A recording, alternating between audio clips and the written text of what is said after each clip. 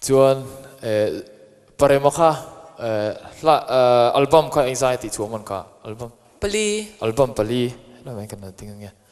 chuan Nunui hian ka Rinchhan Lalpa ran saktur hi Parema khan kalau she dan chuan in pathian shek thi ni ti vel kha asoi ti thom vel kha she khalai vel kha min shil fe de te o he lai hi ni som ni le pariat asang ni som le pathuma adona ni a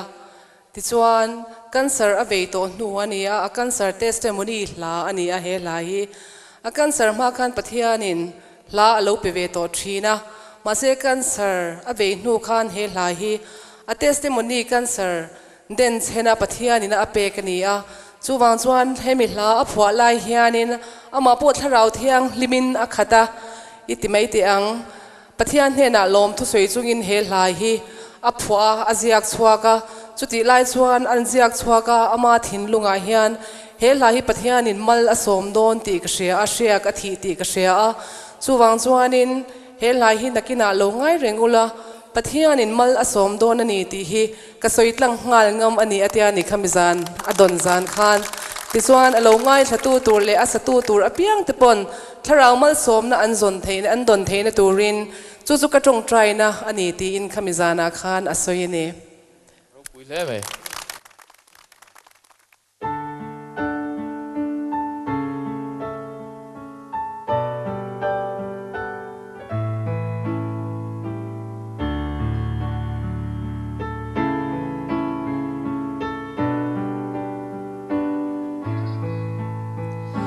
hringnun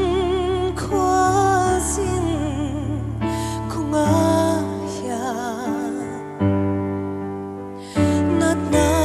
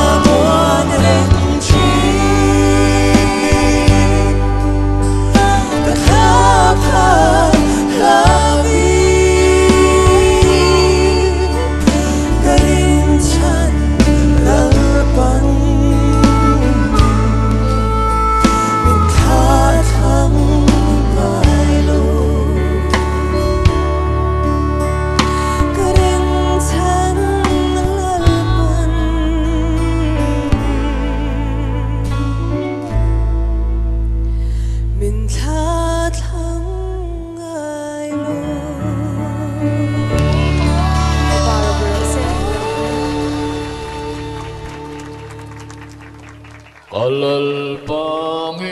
chuan. That's a why thing I'm just saying.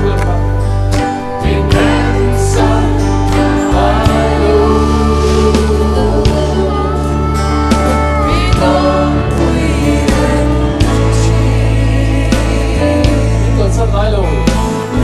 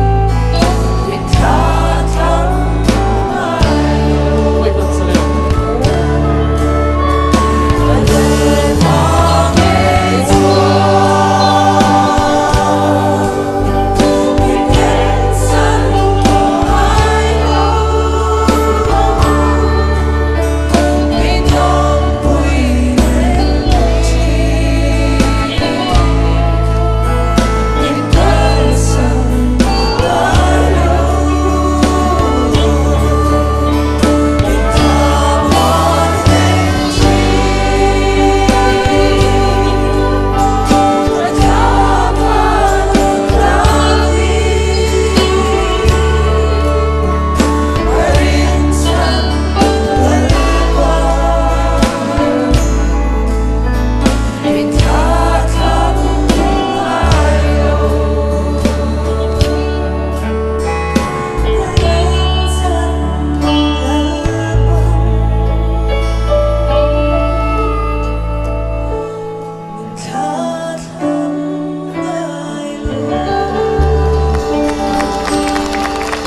Ghiền Mì Gõ để không bỏ lỡ những video hấp dẫn.